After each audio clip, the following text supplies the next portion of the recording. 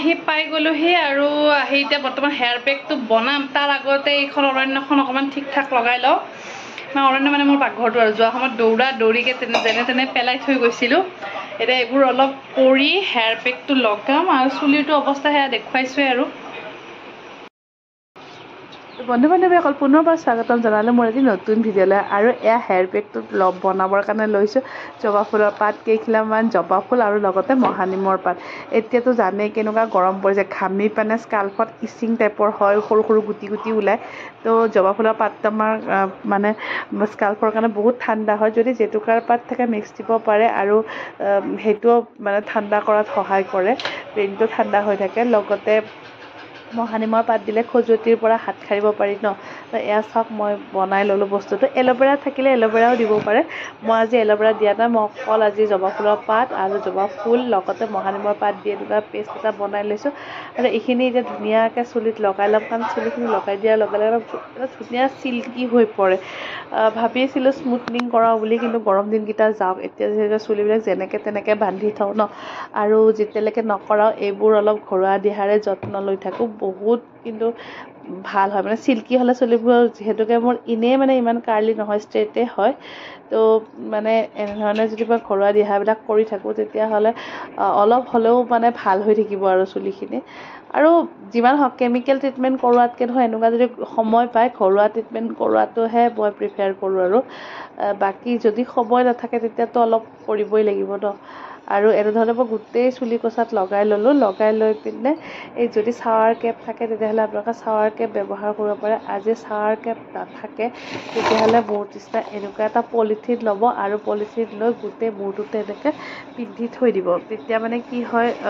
spa কৰাৰ নিচিনা হৈ যাব ন স্পৰ্ছবিলাক খোলা খাই কিনে ভিতৰত মানে ৰসটো যোৱাত সহায় হৈ যায় তো এনেকৈ মই 20 মিনিটমান সময় লগাই থৈ দিম আৰু থৈ দি বাকী ঘৰত যিবিলাক কাম আছে সেইবিলাক কৰোঁ আৰু কৰি বাকী লগ পাই আছোঁ ভিডিঅ'টো আপোনালোকক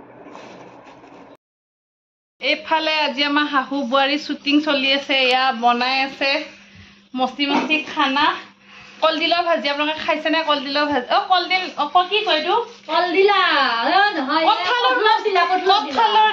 কঁঠালৰ দিলা বনাই আছে এয়া মোৰ শাহু মা আপোনালোকে গমেই পাইছে শাহু মা আৰু এইবোৰে হৈ থাকে আৰু আমাৰ শ্বুটিঙৰ সময়ত মানে এনেকুৱা ধৰণৰ চলি থাকে খানা পিনা একদম মস্তি আৰু আজিৰ দিনটো বাকী আপোনালোকে যদি শাহু বোৱাৰী ভিডিঅ'বোৰ চোৱা নাই চাব তেনেহ'লে আৰু দেখুৱাওঁ ৰ'ব কঁঠালৰ সেই মাজৰ দিলাটো বনাওঁতে বেলেগ একো দিয়া নাই সৰিয়হ দি কিনে চৰচৰি বনাইছেতো পিঁয়াজো ব্যৱহাৰ কৰা নাই সৰিয়হ দিছে জলকীয়া দিছে নহৰু আদা দিছে দি এয়া যিখিনি বহাইছিল ন প্ৰচেছখিনি মই ভিডিঅ' কৰিছিলোঁ কিন্তু ভিডিঅ'টো অনেই হৈ নাথাকিলে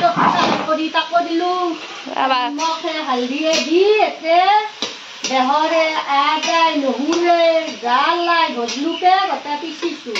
সেইগিলা দিম আধেনমান পানী দিম সেনেহেন থমকৈ কাহেন কৰিম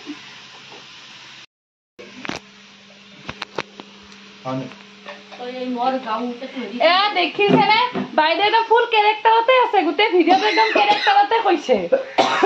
তো আমি ক'ত আছো আমাৰ শ্বুটিঙৰ জেগা যদি চাব বিচাৰে পিছত দিম হোম টুৰ আপোনালোকে খালি এটা গেছ কৰি কমেণ্ট কৰিব এয়া আমাৰ গাঁওখন ক'ত মানে আমি যে মানে শাহু বোৱাৰীৰ ভিডিঅ'বিলাক শ্বুটিং কৰি থাকোঁ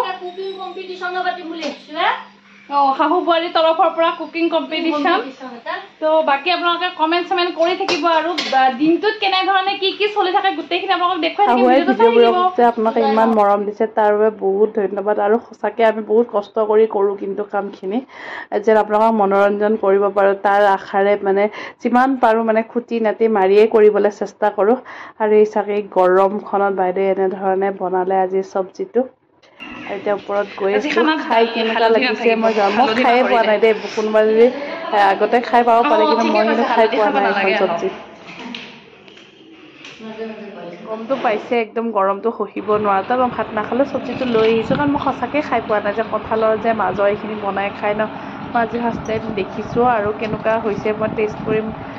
মানে টেষ্ট কৰি আপোনালোকক দেখুৱাম বুলিয়ে ভিডিঅ'টো ষ্টাৰ্ট কৰি দিলোঁ আৰু এয়া চাওক লৈ লৈছোঁ কঁঠালৰ মুচি নহয় কঁঠালৰ দিলা কিবা দিলা মুচি কনফিউজে হৈ যাওঁ আৰু মই ভাবিছোঁ পিঁয়াজ চিয়াজো দিয়া নাই খাবলৈ বা কেনেকুৱা একদম বঢ়িয়া লাগিছে বনাই খাই চাবচোন দেই